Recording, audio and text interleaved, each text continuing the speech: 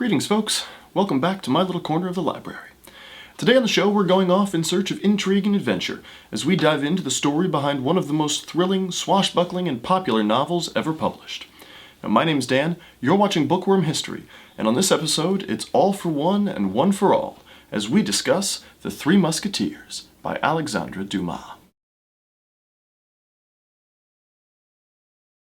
By the 1840s, Dumas' star was rising high, and the demand for his works far exceeded his ability to produce alone.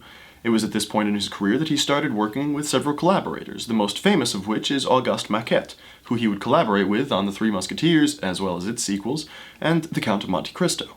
The Three Musketeers first saw the light of day as a serial, published from March to July of 1844. There is some debate among historians as far as exactly what Maquet's role was. Some say that he, in fact, wrote all of The Three Musketeers of The Count of Monte Cristo. But most people believe that he was simply a collaborator, and I say simply not as a means of deriding his work, but simply to say that he was not the author. He would do the research, he would put together outlines, he would put together character descriptions, or rough action, but he would then hand these over to Dumas.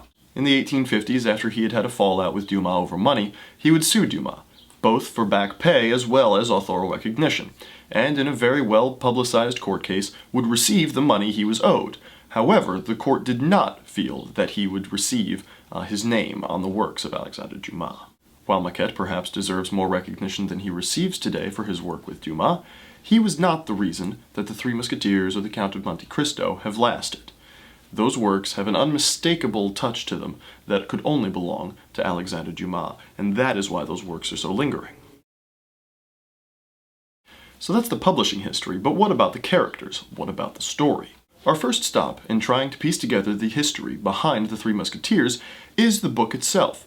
Alexandre Dumas tells us in the preface exactly where he got most of the information that he used to construct this novel.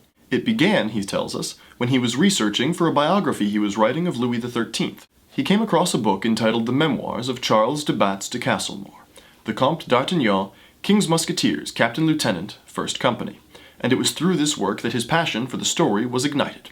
As he continued his researches, he came across a handwritten manuscript, unpublished, called The Memoirs of Monsieur le Comte de la Fère, and he was surprised and astounded to find within it the names of Athos, Porthos, and Aramis. It is through the combination of the Memoirs of D'Artagnan and the Memoirs of Monsieur le Comte de la Fère, which, within Dumas' work, is the real name of Athos, that he constructed his novel, The Three Musketeers. Now, that's a nice little story, and it ties all the loose ends for where the story came from up into a neat little bow. The only problem is, it's not true. Charles de Batz-Castelmore, the Comte d'Artagnan, whose memoirs Dumas would stumble across, was actually a real person, and what's more, a real musketeer. The memoirs were the work of one Gatien de Courtils de Sandras, and were published in The Hague in 1700. And though he set them in the first person to lend authenticity to the story, they were a fictionalized version of Charles de Batz's life. It seems likely that Dumas knew that he was looking at a fictional work, although writing fiction himself, felt that borrowing from the source material was acceptable and lent his work an air of authenticity. As for the Memoirs of the Comte de la Fère, this was a completely made-up book, because the Comte de la Fère did not exist. The manuscript he supposedly discovered was a complete invention. A la Irving and Cervantes before him, Dumas came up with a fictional book and paired it with one that actually existed, thus lending his narrative an even higher sense of authenticity. The book The Three Musketeers is actually a patchwork of different sources' stories. The Memoirs of D'Artagnan supply the first section of the book. Dumas says that the Memoirs of the Comte de la Fère fill in the gaps through the rest of the book, but again, that was an invention. He actually borrowed from several different sources to come up with the stories for his story. So what about the real D'Artagnan, or the real Musketeers? Now obviously some of the characters in The Three Musketeers were real people. Louis XIII, Anne of Austria, the Duke of Buckingham. All of these people existed, essentially just as Dumas wrote them, although he obviously would take liberties with their characterization, and their speech, and some events and dates. What is interesting to learn is that all of the Musketeers, the central characters of the book, were actually based on real people themselves, although Dumas would play a little bit fast and loose with the dates of events and their origin stories. D'Artagnan was a real person based on Charles de Batz-Castelmore, the Comte d'Artagnan. He was a musketeer who arrived in Paris in 1640, even though Dumas says it was 1625. He would rise through the ranks of the musketeers, eventually becoming captain lieutenant, technically the head of the Musketeers because the captain of the organization was the king himself. He typically only referred to himself as Charles de Batz-Castelmore. The D'Artagnan would be appended to de Batz's name at the insistence of Louis XIII. Louis XIII was good friends with de Batz's uncle, Henry de Montesquieu d'Artagnan, on his mother's side, and at Louis's insistence, Charles de Batz would add D'Artagnan to his last name in deference to his esteemed uncle. As for the other Musketeers, they were all based on real people as well. They were all Gascons, some of them related. Athos and Aramis were cousins. Athos was also cousins on a different side with Monsieur de Treville, the head of the Musketeers within Dumas' novel.